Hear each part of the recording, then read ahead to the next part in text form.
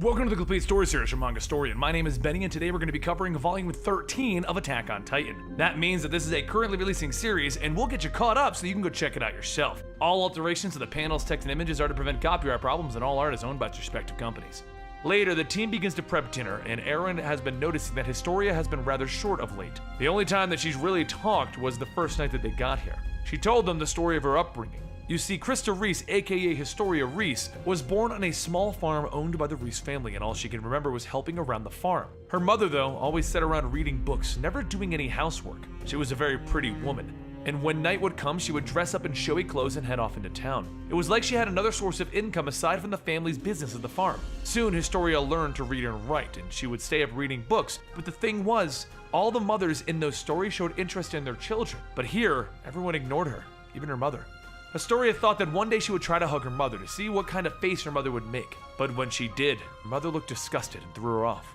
Historia didn't care, she was hurt. It was the first time her mother did anything to her. But as she stood over Historia, she started to cry. She told her if only she had the courage to kill this girl. And then she left.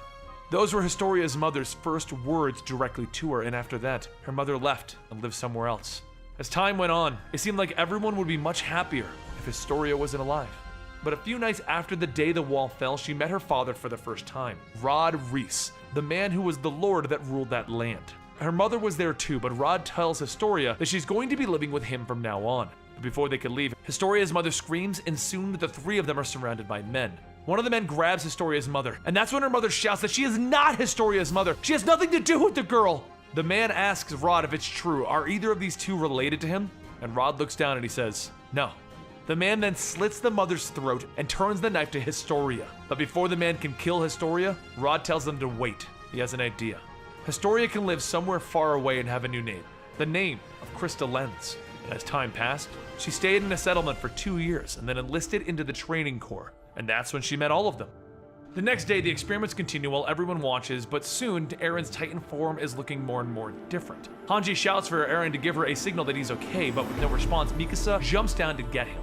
As they begin to pull Eren out, they notice that he's starting to look a little different after all of these transformations. So she cuts him free, and everyone begins to rush back to avoid any detections. Soon, everyone keeps watch while Eren leaves by carriage, but Hanji wonders if they really need to do these experiments so quietly. Whenever a Titan reverts back, there's always some telltale smoke that rises. Hopefully, no one notices, but there are signs that they are doing this. The next day, Eren finally wakes up and Hanji tells him that he's been asleep for the whole day. Does he remember anything from the experiments? He tells her no, he remembers nothing, but how did the hardening experiments go? Not so good, she explains to him. They tried to see if he could seal up some cave, but nothing happened. So they ran endurance and intelligence tests instead. They did the normal tasks, like imitate someone, and that went well. Communication, not so much, seeing as Eren's mouth is not structured in a way to talk. The only way that he could communicate was by writing in the dirt, and he wrote, I don't know how to harden myself. But the weird thing is when he wrote that my father did to me, and later would exit the Titan body. After a short rest, he would go back to the experiments, but when he changed back, he would only be a 13-meter class Titan, and none of the orders they gave him seemed to get through to him. He actually ate the house that he built earlier in the test. So as Eren was getting more and more unresponsive, they stopped the testing. Eren states that because he couldn't harden his body, they'll now not be able to start taking back the wall, and Levi tells him it's exactly right. Levi and Hanji continue to go over how the experiments were, and how they were not much of a success, but soon Eren begins to think to himself, why is he in this role? Maybe he won't be able to do it, and why did he think of his father during those experiments? Then Eren sees something else, an image of a girl, and she looks like Historia?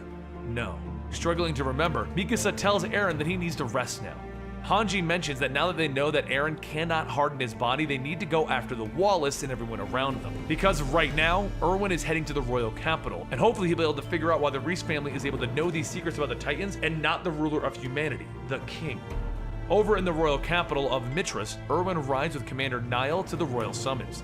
During the ride, Erwin mentions that Minister Nick was killed by the MPs of the Interior First Squad. Was the commander not aware of this? Niall tells him no. They may be the face of the military police brigade, but the Interior MPs are not under the MP's normal command. There is no one with official control over them, and they basically get a free pass to do whatever they want.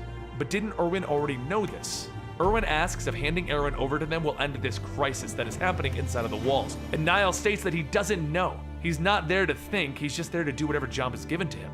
Later, Squad Levi all gather around reading instructions from Erwin, and Levi asks if everyone's read it yet. They all tell him yes, and Levi takes the note, burning it. He then asks if everyone trusts Erwin, because those dumb enough to say yes are coming with him. Outside, the squad gears up and they begin to look onto the house that they were staying in, and they see some people with torches gathering around it. Connie asks what would have happened if they had stayed there one more night. Levi tells everyone that it doesn't matter at this point. They need to hurry to the rendezvous point. The squad travels until they finally reach Trost, and some of the townspeople begin to gather. They notice Levi and they begin to surround him, telling him that their homes are a wreck because of the Survey Corps. Some more people begin to close in around them, and someone begins to grab at Levi, telling him that he should just give them some money. Levi yells out to watch out, but the man grabbing Levi asks him, watch out for what? He shouts that there's a carriage coming straight for them, and the carriage begins to come barreling down through the group, and everyone manages to jump out of the way. As the carriage passes through them, they grab Aaron and Historia. And then Sasha shouts out, Krista, Aaron, they're being kidnapped again. The dust begins to settle and the townspeople watch as the carriage continues on. And then they turn to ask what is happening, and that's when they see Levi and his squad are already gone. Elsewhere, Aaron and Historia sit in a room, and Aaron mentions how he looks nothing like him. Hopefully they'll be okay, because if they find out too soon, they're gonna be in big trouble. Over in a warehouse across town, Jean, dressed up as Aaron, is sitting tied to a chair watching Armin, who is also tied up, having a man grope him because he thinks that he's actually Historia. Outside of the warehouse though, Levi begins to get everyone in position, ready to storm the building. Back when Historia was younger, she remembers sitting with her sister while she taught her how to read. Her sister notices her nose running and helps her blow her nose and tells Historia that she needs to act more ladylike. Historia asks, what's ladylike? And her sister points to the girl in the book. That girl is a kind of girl who always thinks about others, so she needs to grow up to be like her. Historia says that she wants to grow up and be like her sister. She wants to be just like her. And Historia's sister grabs her, telling her, that's enough. She starts to cry. She grabs Historia by the head and she tells her that her time is up. She's going to have to forget about her again until they meet again. Historia watches as a loud crack can be heard and Historia's sister begins to walk off. And as she goes, Historia watches and asks, who was that? Soon after, Historia begins to wake up feeling like she just had an important dream, but she can't seem to remember all of it, something involving her sister and not being able to talk to her. Aaron tells her that happens to him a lot too, and as the two of them sit in silence, Historia soon begins to speak up, telling Aaron that she envies him. No matter how hard things get, he always knows what to do, not like her. When Ymir was around, she knew who to be, but now that everything is happening, she's not sure if she really understands who she is anymore or what she wants. Krista Lenz would have been worried about everyone, but now as Historia Reese, it's like she's empty and nothing like the good girl that Krista Lenz had become.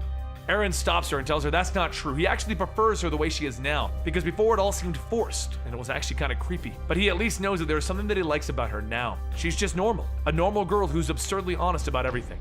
Back over in the warehouse, three men begin to walk in, and one asks if they are sure that they have Aaron and Krista. One of the other men says, yeah, they match the features that you were looking for. And so the man leading them tells them that they have to make sure that these are not just disguises. It's time that they strip the two of them. The man stops when he hears something, and then from behind a box, Mikasa launches herself out, grabbing and kneeing the man on the head. Levi then appears, grabbing the other man and slamming him onto his back on the ground. When the man in charge turns back to see what's happening, Mikasa lunges forward at the man, and Armin and Jean jump out of their seats with the ropes tying the man up. After securing the rest of the people involved, Levi asks the man in charge if he's the boss. The man denies it, but as Mikasa looks, she remembers the man. He was the man who blocked the passage back when the Titans attacked. She remembers his staff calling him boss. Levi tells him that being stuck in this nest is making him antsy, so they're gonna go outside and get some fresh air. He takes the man and he brings him to the top of the wall, and he asks if he knows where this is. This is where humanity first defeated the Titan.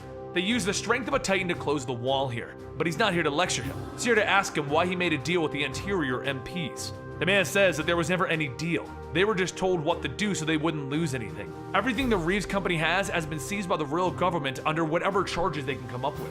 And now they'll probably die from some accident to keep their mouths shut. So unless they hand over their treasures, the people to trust will probably die without the support of the merchant company. Levi looks at the man and he tells him, actually, that's what I was going to do. Hand you Aaron and Krista.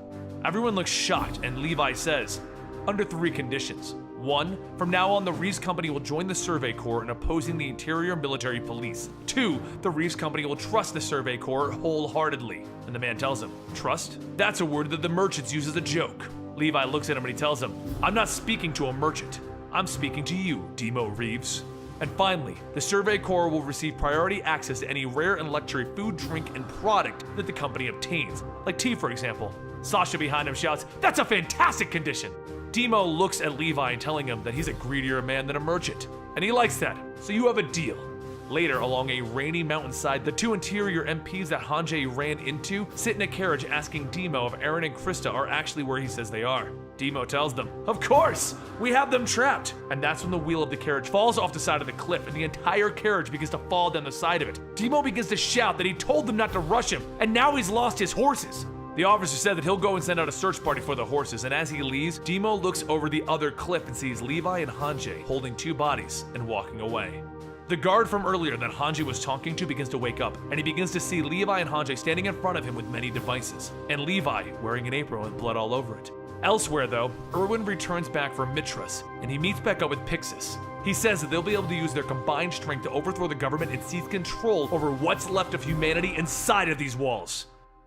At this point, Attack on Titan does a lot of interior stuff as they fight against the people who have been basically having a conspiracy against the Titans this entire time. I hope you guys are enjoying this. I'm excited to let you know where this is going to go. Don't forget to follow us on Twitter at Mangastorian, and I'll see you next time right here.